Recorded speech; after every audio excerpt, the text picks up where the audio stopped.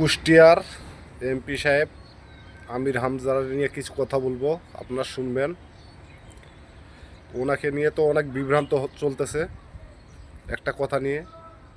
উনি যখন হসপিটালে ভিজিট করতে যায়, ওখানে কিছু কাজকর্ম ধরা পড়ে, তো ওরা বলে যে এখানে উপরওয়ালার হাত আছে। এখন উনি বলছে এখানে আবার উপরওয়ালা আছে কেটা? বর্তমান কুষ্টিয়ার মধ্যে তো আমি একজন উপরওয়ালা।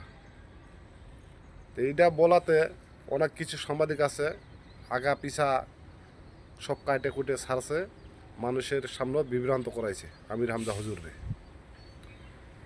তে আমরা এদের শাস্তি চাই। আর যারা আমির হামজা হুজুরের নিয়ে যারা এরকমভাবে কথা সরাসরি করে, তাদেরও শাস্তি চাই আমরা।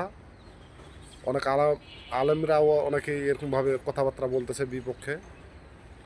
আগে শুনবেন কথাগুলো, আগা পিছা শুনবেন, তারপরে এক হুজুরের দোষ ধরবেন। আলেমদের পিছনে লেগে থাকবেন না।